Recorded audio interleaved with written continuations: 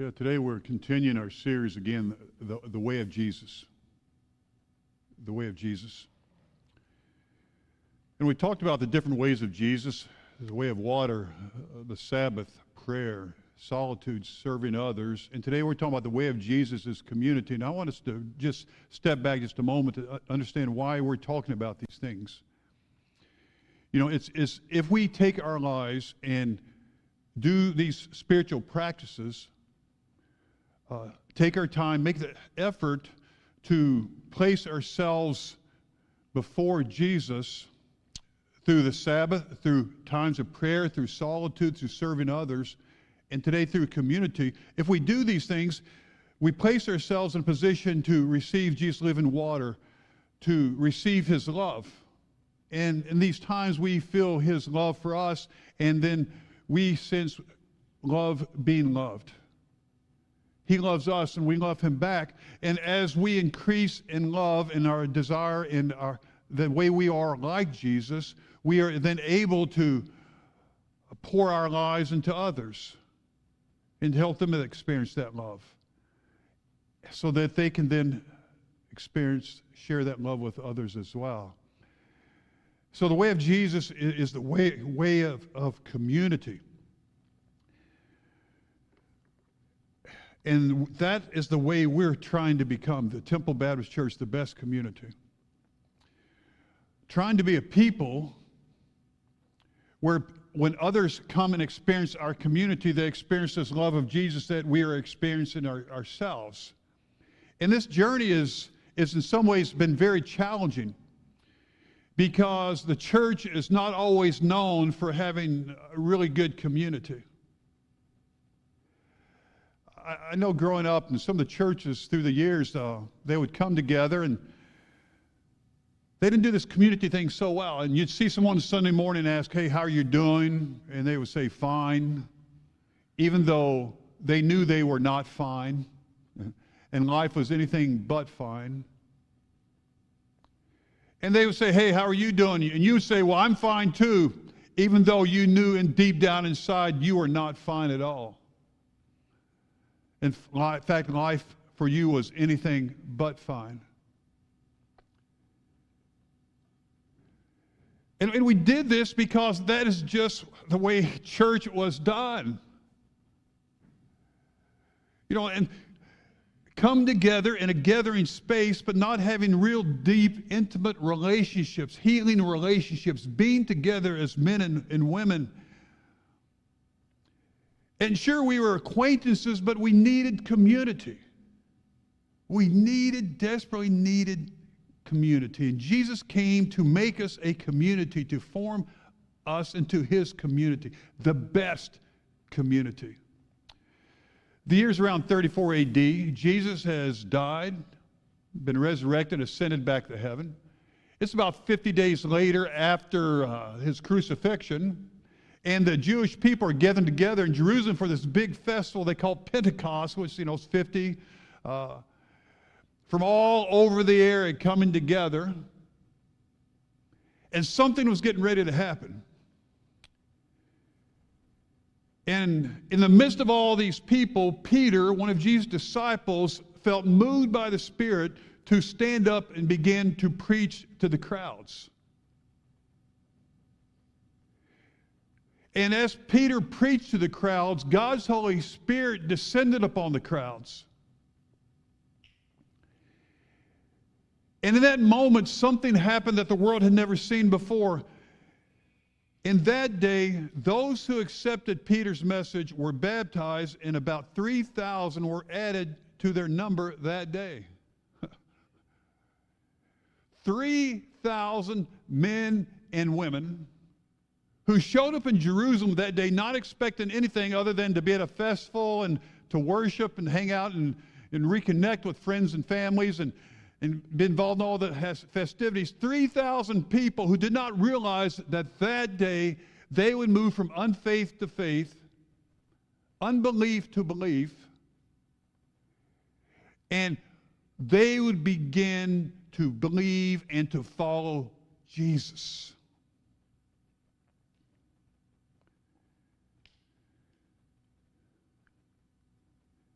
new believers who did not know what it meant to be a new believer, did not know what it meant, what to be involved with it, and had no idea what to do next. So they did the only thing that seemed to be the right thing to do. They began to devote themselves to Jesus. And it reads, they devoted themselves. Devoted themselves. Devote is to give relentless attention to, full focus on. Before this day, only Jesus' disciples were devoted to Jesus. You know, all the other people were devoted to a lot of other different things. They were devoted to making a living, devoted themselves to their families, devoted themselves to success, devoted themselves maybe to come to this big festival and have just a great time. But they devoted them to anything and everything, not Jesus. But once they believed in Jesus, who and what they devoted themselves to changed in that moment. And just like the crowds back then, people today are devoted to a lot of different things. In fact, a lot of the same things. Devoted to their families, devoted to making a living, devoted to safety and security, devoted to their favorite sports team, devote themselves to politics. Just so much devotion to so many different things. But I think we have to ask ourselves, will all these things we devote ourselves to give us the kind of life that we were created to live? Help us to be that kind of person we were meant to be. Because I think the reality of our lives is that whatever you devote yourself to will be the person you become. Agreed? Whatever you devote yourself to will be the person you become. So these men and women devoted themselves to Jesus because deep down inside, deep down in their being, they sensed that only Jesus could give them what their souls were hungering for. So they devoted themselves to Jesus through the apostles' teaching. See, the apostles were Jesus' disciples. There were 12 of them. 12 disciples to teach 3,000 brand new believers what it meant to follow Jesus and to become a disciple of Jesus. In the history of the world, this had never happened before. There were no instruction manuals on how to be a disciple of Jesus. There were no YouTube videos or Instagram postings. There were no How to Be a Jesus Disciple for Dummies books. There were no seminaries or no professors. There has been nothing in the history of the world to help the disciples know what to do with the people now.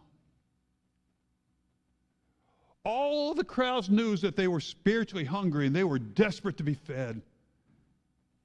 They wanted to understand what had just happened to them, what had taken place in their lives, and what should they do about it now? So they devote themselves to the apostles' teaching to learn what it meant to be a Jesus follower, to learn what it meant to be a disciple, to learn what it meant to be devoted to Jesus, and to the fellowship, community. The word in the Greek is koinonia. It means in common. You see, they had just had a very common experience. 3,000 people had just been saved by the same Jesus. 3,000 people had just been baptized in the name of Jesus. 3,000 people had just changed their devotion from the things of the world and the things of life to the things of Jesus. 3,000 people who devoted themselves to Jesus and to each other, their new community, because this had now become a thing because of Jesus. The fellowship, the community. You know, that's why one of the reasons we created these T-shirts, they're Temple T-shirts, TBC. And that's the reason, you all have heard me say this, that's the reason we didn't spell out Temple Baptist Church. We wanted to put TBC up here. People can say, well, what does that mean? Well, that means Temple Baptist Church, a.k.a. the best community. Because, you see, we don't want to invite people to come to church. That's not what we're about. We want to invite people to come into a relationship, to experience relationship in a community, a people who are seeking to follow Jesus as broken as we are, as imperfect as we live each day, to experience community here. And as Jesus' love finds us, we help Jesus' love find them as well, and then they experience that love here. And that they devoted themselves to the apostles' teaching and to the fellowship, and then still more into the breaking of bread. One way they cared for each other is they shared meals together. You know, that time, when a next meal wasn't always a certainty, this was just a really neat way to encourage and comfort one another. And what would happen then at the end of the meal, they would pause. And they would have a personal, intimate communion where they'd break bread, drink from a cup, and remember Jesus. And we, in some ways, are trying to create this as we have our Culver's big banquet table. Sharing the meal brings people together. Yeah. And we go there and we break bread, we break hamburgers, we break French fries, we break ice cream, we break milkshakes. And man, we have community. We have so much fun there. It's just, and it's such a witness. And Mary said this last week. There was a lady there talking to her about, so what is this all about? And Mary, you told her, this is our church. This is what we do. But I just had a crazy idea. What if this next time, and I don't know if we should do this or not, but I'm thinking about this. All right, what if next time we get there and we have our big meal together? Then what if at the end of it we have like a time of communion? I don't know. Like they did. Nothing big, nothing fancy, but it's just a time, a moment at the end of our meal when we pause and we remember and give thanks. What a witness that would be to everyone in that space. Sharing a meal brings people together. And then finally they devoted themselves to prayer. They could not help but want to talk to the Jesus that had just saved them. You know, people say, well, I have a hard time finding time to pray, but finding time to pray is not really a time thing, it's a hard thing. You know, isn't it amazing that these 3,000 people just instinctively knew that they needed to make time to devote themselves to prayer to Jesus? It just came natural for them. No one said, hey, you have to take your quiet time. You have to pray so 30 minutes a day. Nothing like that. They couldn't help but want to talk to Jesus. It just came natural for them. And because the new believers devoted themselves to the apostles' teaching and to the fellowship, to the breaking of bread and to prayer, notice what happens. Everyone was filled with awe. Look what is going on here. And many wonders and miraculous signs were done by the apostles. The new believers devoted themselves to the practices of Jesus, and in the process, they discovered that they could best live out their devotion to Jesus together. Because this is what began to take place. And all the believers were together and had everything in common. Selling their possessions and goods, they gave to everyone as he had need. Every day they continued to meet together in the temple courts, and they broke bread in their homes and ate together with glad and sincere hearts, praising God, and enjoying the favor of all the people. And the Lord added to their number daily those who were being saved. Now, see the words there, the key words? They were together. They continued to meet together. They ate together.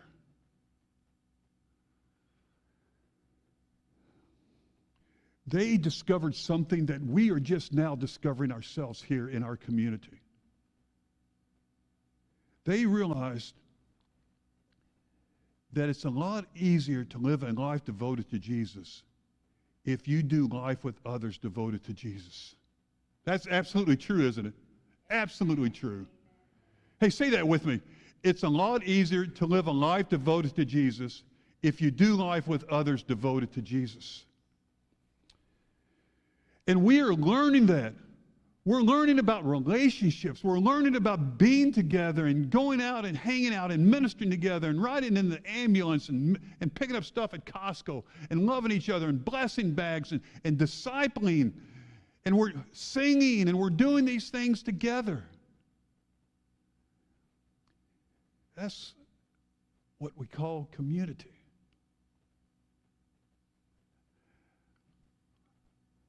I'm going to share with you something now that's very personal to me.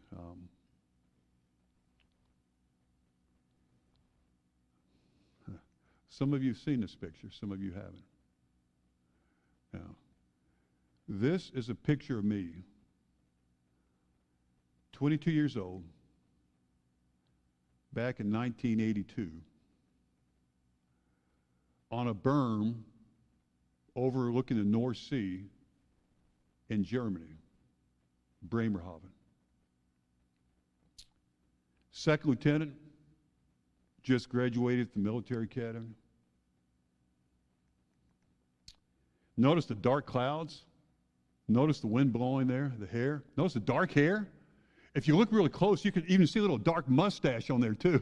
It's sort of blurry, not the best quality. There's a little Army regulation mustache on there as well.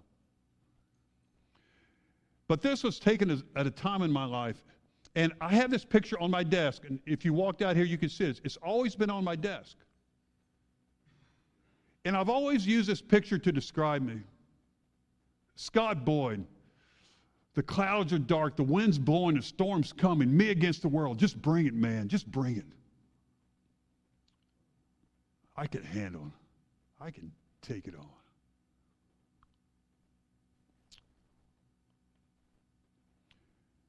But there was a time in my life when I couldn't take it on. There was a time in my life when life became more than I could handle. Through different situations, the military and things. And I had to go seek counseling. I needed help.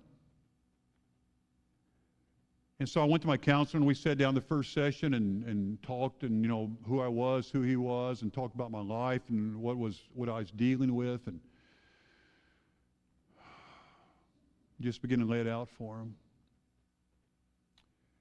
Well, the second session, I thought, well, to help him understand me better, I was going to take this picture and I was going to show it to him. And so I took the picture off my desk, I carried it in his office, and we sat down and began to talk, and I said, hey, here, this is my picture, this is my life, this is who I am. This is how I've done life. Me against the world. Bring it. And he took the picture from me.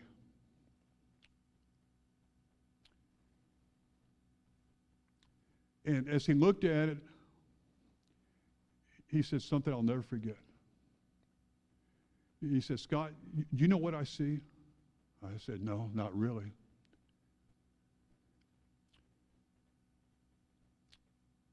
He said, I see a man who's done life by himself.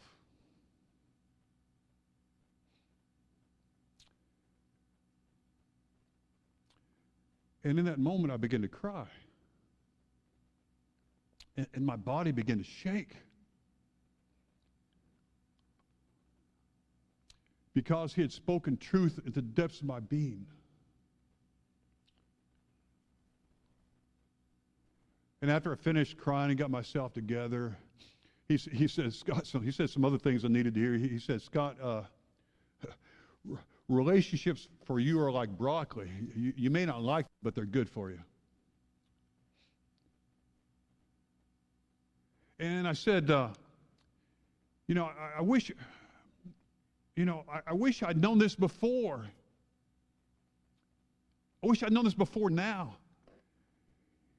And he said, Scott, you probably could not have heard it before now. But God has brought you to this point in time in your life so that you can hear it now. And I said, well, what should I do? Should I just take this picture and cut it up and throw it away? He said, no. He said, don't do that. He said, take it back and put it back on your desk.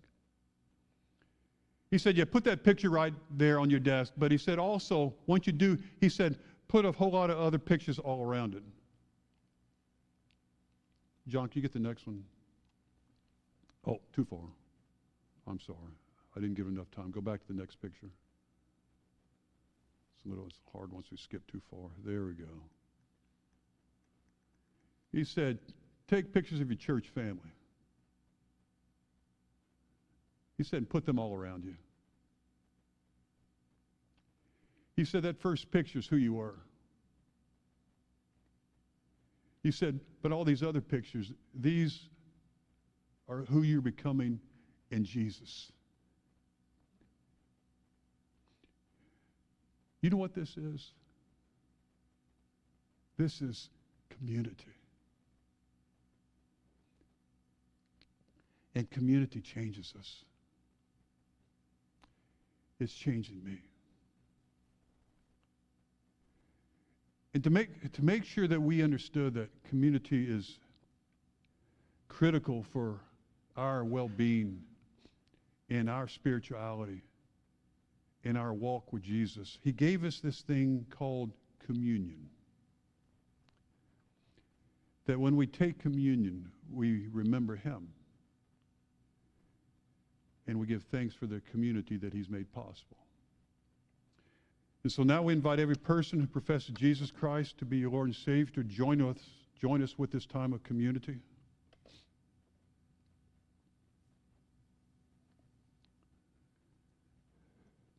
Because Jesus, what he did at the Last Supper, he brought his